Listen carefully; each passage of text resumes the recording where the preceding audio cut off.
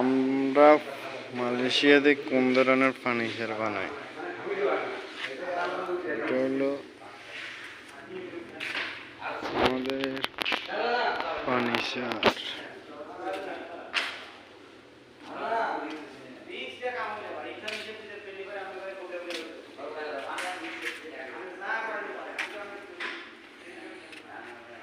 এগুলো হলো সবগুলো হলো কাটার। এগুলো এক একটা ডিজাইনে লাগে, এক একটা ডিজাইনের জন্য এক একটা ধরনের কাটার।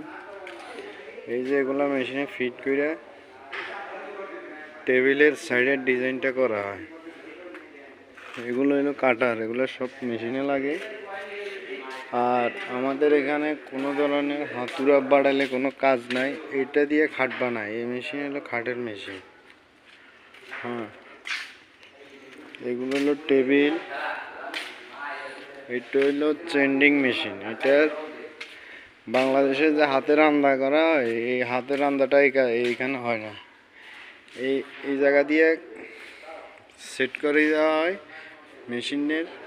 আর এখানে এই জায়গা দিয়ে কাইউ দেওয়া হয়।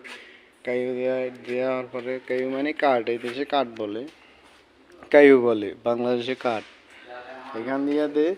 আর এই যে এখান দিয়ে বাইরে, এইখান দিয়ে বাইরে, মানে রান্দানি কাজটাই মেশিনে হইয়া যায়। আর এটা হইলো বিনের মেশিন। এগুলো হইলো বিনের মেশিন, এগুলো দিয়ে বিন করা হয়। এই যে